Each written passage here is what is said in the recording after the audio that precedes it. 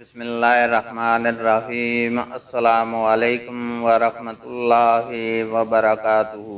حدیث نبوی صلی اللہ علیہ وسلم ہے، ہم سے علی بن عبداللہ مدینی نے بیان کیا، انہوں نے ابو بکر بن عیاش سے سنا کہ ہم سے عبدالعزیز بن رفیع نے بیان کیا، کہا کہ میں انس رضی اللہ تعالیٰ عنہ سے ملا۔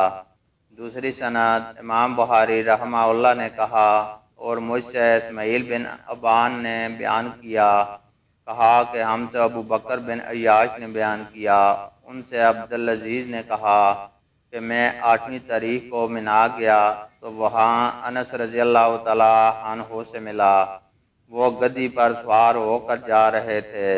میں نے پوچھا، نبی کریم صلی اللہ علیہ وسلم نے اس دن ظہر کی نماز کہاں پڑھی تھی؟